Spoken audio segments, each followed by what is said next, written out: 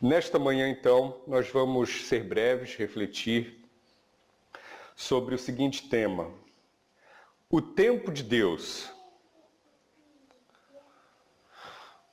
Boris e Anna Closov se casaram, um belo casal, cheio de expectativas, animados, apaixonados, e eles não esperavam o momento de chegar, o momento de sua união na igreja. E por fim, aquele dia tão esperado, aqueles que se casaram sabem como é isto, né? Aquele primeiro amor, a primeira paixão, a ansiedade, finalmente vamos unir os nossos destinos juntos para a eternidade. E com este casal não foi diferente. Passaram apenas 3 dias juntos antes dele ser recrutado para participar do exército comunista. Por fim, quando Boris voltou, regressou para casa finalmente, Ana e sua família haviam sido exiladas na Sibéria pelo governo de Stalin. 60 anos depois, eles se encontraram por acaso. Nem puderam acreditar. Ana soube que era Boris na hora. Ele tinha voltado para visitar o túmulo de seus pais, nessa antiga cidade, e Boris viu Ana na frente de sua antiga casa, onde viveram durante os poucos dias após o casamento. Ele correu até ela e disse: minha querida, eu estive esperando por você por tanto tempo, minha esposa, minha vida. E resumindo, o tempo nessa história real não foi o suficiente para conseguir apagar este romance. Queridos, isto é uma história aparentemente fatídica, mas que uma história real, mas que por fim teve um final feliz e demorou apenas 60 anitos para que houvesse um desfecho diferente. Na palavra de Deus nós vemos as mais variadas histórias reais também, passadas há milhares de tempos atrás. E uma das mais notáveis e primeiras que podemos ver é a de Noé. Noé, ele ficou aproximadamente 120 anos pregando sobre algo que nunca havia acontecido na terra, o dilúvio. Nem chovia, antes do dilúvio nem chovia. Diz a palavra de Deus o quê? Que o orvalho, e a umidade da terra regavam e era suficiente. E Noé, aparentemente considerado lunático, aparentemente considerado um visionário, muitas vezes ridicularizado, mas o espírito de profecia diz que cada martelada que Noé dava na construção daquela arca era uma pregação de que o dilúvio haveria de acontecer. E as pessoas daquele tempo, milhares e milhões de pessoas, tiveram a oportunidade de escolher acreditar no dilúvio e a oportunidade de entrar na arca ou não. E assim foi. E Noé pregou por 120 anos e aparentemente sem muito sucesso, porque somente, passado todos esses anos, somente ele e sua família entraram na arca. Mas o espírito de profecia também nos dá uma esperança maior. Diz que pessoas morreram, que ajudaram, auxiliaram pela fé Noé na construção, mas faleceram antes de a arca finalmente ter que ser usada para um desfecho tão drástico para a humanidade. Mas poucos foram os que nesses 120 anos se salvaram. Abraão, um homem rico, um homem bem-sucedido, foi chamado por Deus, ainda com o nome de Abrão, a sair do meio de sua parentela, a sair do meio de sua cidade, Ur dos Caldeus, a sair do meio da sua comodidade, do seu conforto, para uma terra desconhecida. Deus disse: Abrão, tem um chamado para si, vou te levar para uma terra que eu lhe prometo. Não te digo o endereço, não te digo para onde, não te digo o caminho e não te digo quanto tempo vai demorar. E aproximadamente Abrão ficou 25 anos morando em cabanas, como um nômade, como um peregrino, como um cigano talvez, para finalmente entender que a promessa maior da terra dele estava numa eternidade. E eu peço que os irmãos me ajudem lendo Gênesis, capítulo 12, versículo 4, e outro irmão leia Gênesis 21, versículo 5, para nós entendermos esses tempos que ocorreram na vida de Abraão. Assim partiu Abraão, como o Senhor lhe tinha dito, e foi logo com ele. E era Abraão de idade de 75 anos quando saiu de Arã. Obrigado. Gênesis 21, 5. Ora, Abraão tinha 100 anos quando lhe nasceu Isaque, seu filho. Obrigado. Então nós vemos aparentemente algumas incongruências. Um senhor de idade sendo chamado para viajar para uma aventura pela terra fora. E Deus lhe prometeu neste caminho que ia lhe dar um filho, porque a sua esposa era estéril. E aqui nós vemos a palavra de Deus se cumprindo na vida de Abraão, em uma de suas promessas dada a ele. O quê? Que idade tinha Abraão quando teve um filho? 65. Quando teve o filho? 100. 100 anos. Ou seja, o primeiro versículo diz que 75 ele saiu.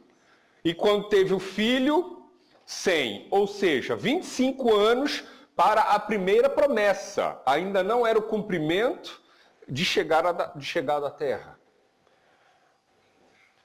Agora vamos ler Gênesis 37, 2 e Gênesis 41, 46.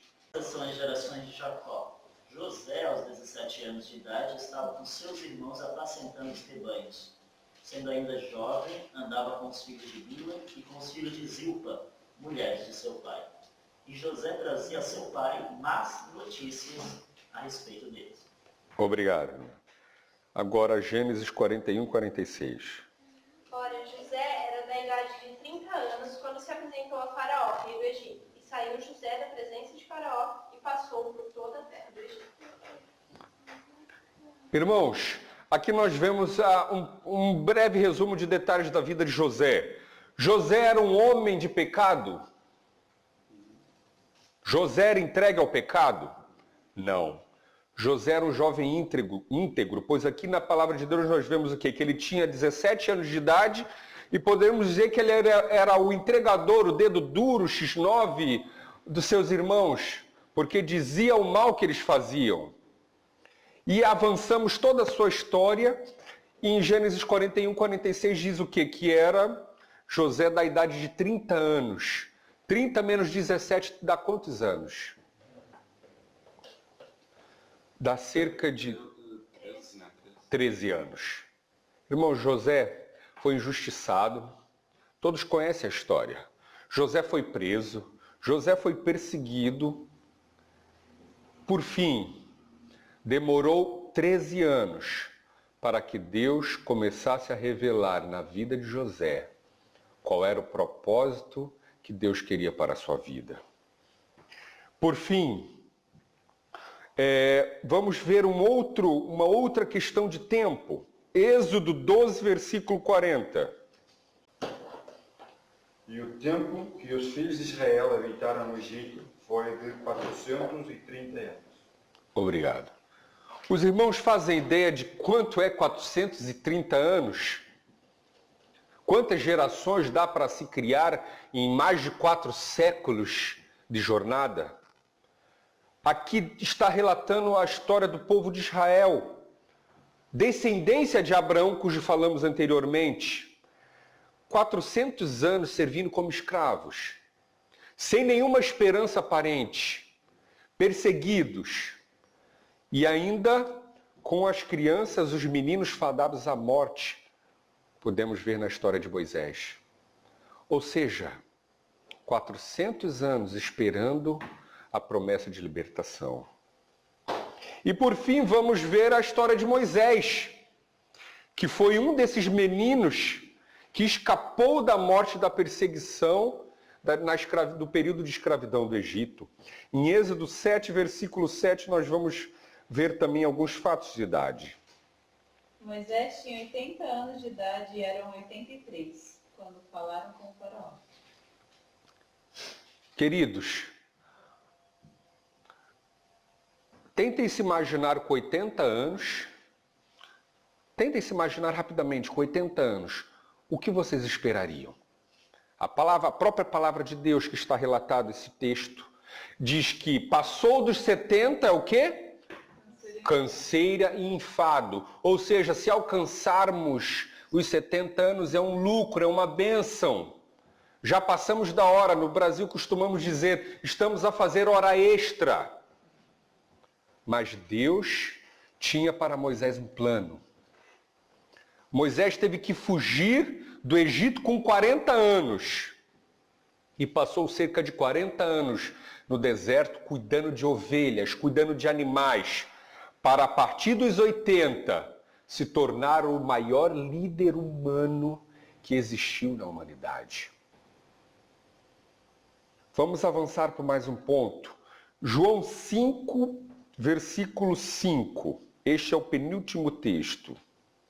E estava ali um homem que havia 38 anos se achava enfermo.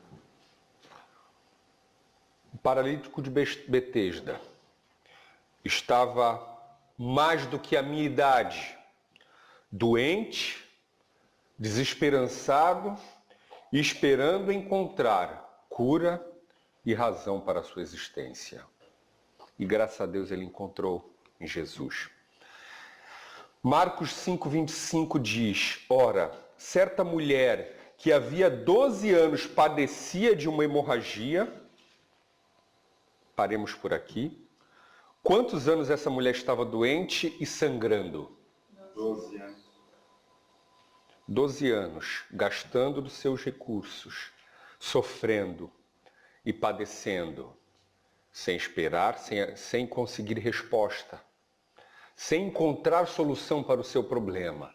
Mas também, graças a Deus, quando tocou na orla de Jesus, conhecemos a história, ela ficou instantaneamente curada.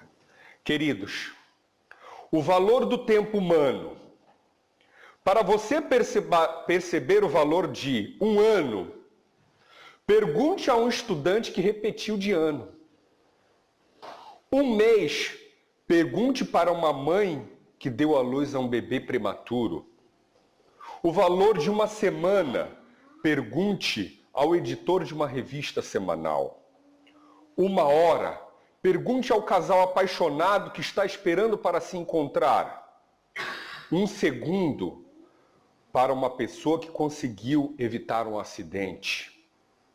1 milésimo de segundo, pergunte a alguém que ganhou uma medalha de prata nos 100 metros raso nas Olimpíadas, porque ficou alguns milésimos atrás do primeiro lugar.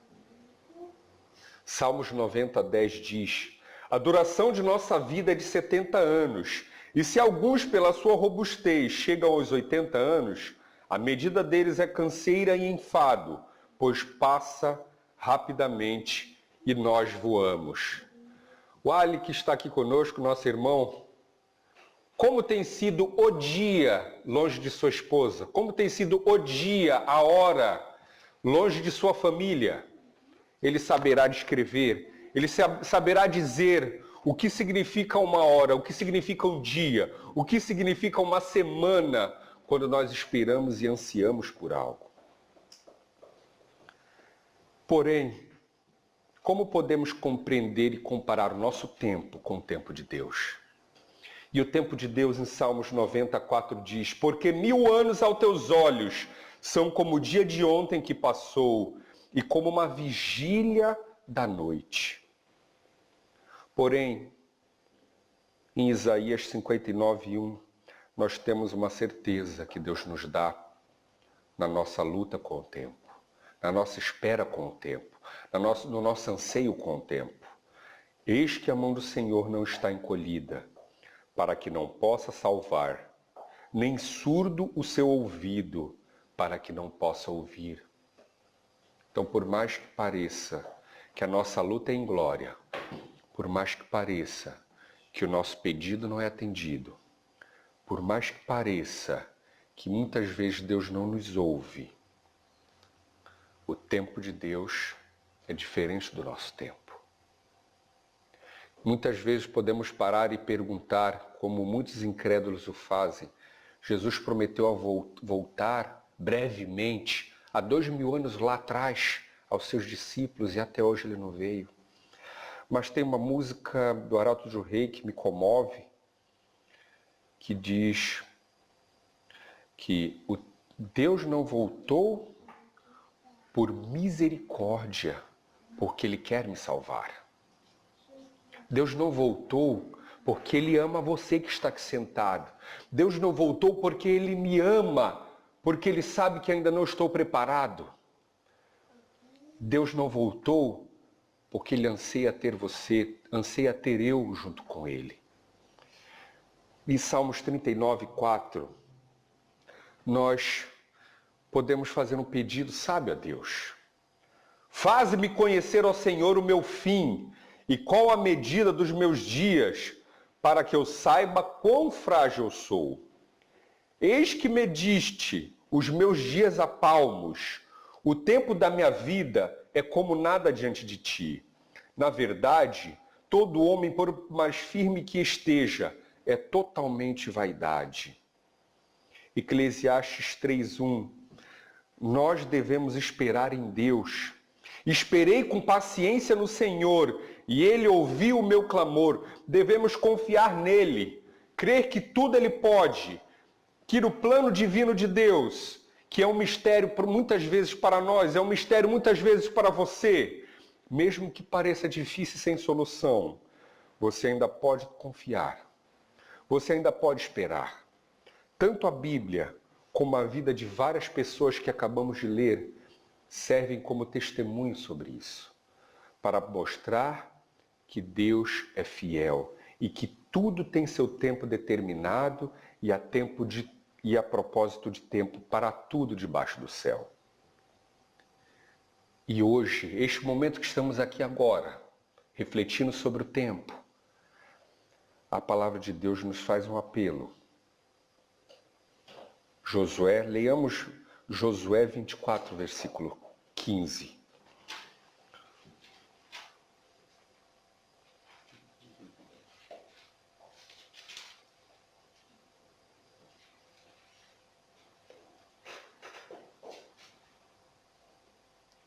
Pode ler?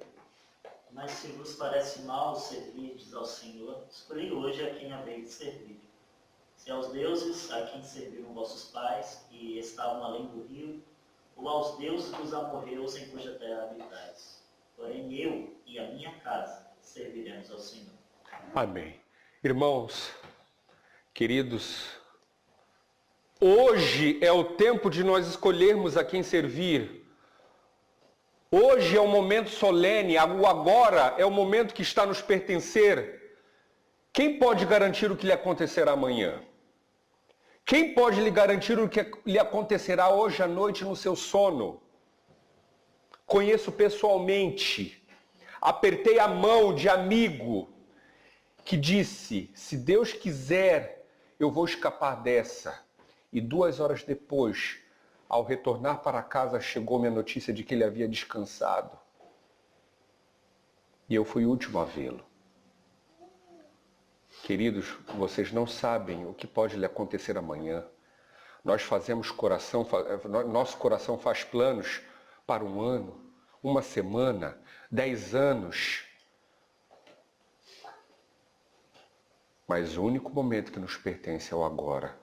E Deus nos chama para nos fazermos nossa escolha hoje. Escolhei a quem servais. E se nós decidirmos fazer escolha sábia ao lado de Deus, aceitarmos sobre a fé o sacrifício feito na cruz e de que Ele vai voltar e vai cumprir a sua promessa. Lucas 15, versículo 7 diz: digo-vos que ainda assim haverá maior alegria no céu por um pecador que se arrepende do que por 99 justos que não necessitam de arrependimento. O céu está aguardando ansiosamente pela sua presença lá para fazermos festa. Mas depende da nossa escolha. Se para nós será festa ou se para nós será perda, morte eterna. Que Deus nos ajude para que nas nossas lutas e labutas nós não venhamos a desmorecer, não venhamos a desfalecer e a desanimar, apesar dos anos que passam, apesar do tempo que passa, nós possamos escolher hoje a quem servimos. Amém. Amém. Sobre o monte junto à praia existe um farol. Nas tormentas desta vida, para mim é como um sol. Sua luz com segurança mostra o rumo para o lar. Não preciso ter temor, vou nele confiar. Este farol é meu Cristo, foi Ele quem livrou o meu barco dos rochedos, a salvo me guiou. Se não fosse a luz brilhando para que eu pudesse ver onde estaria agora este pobre ser.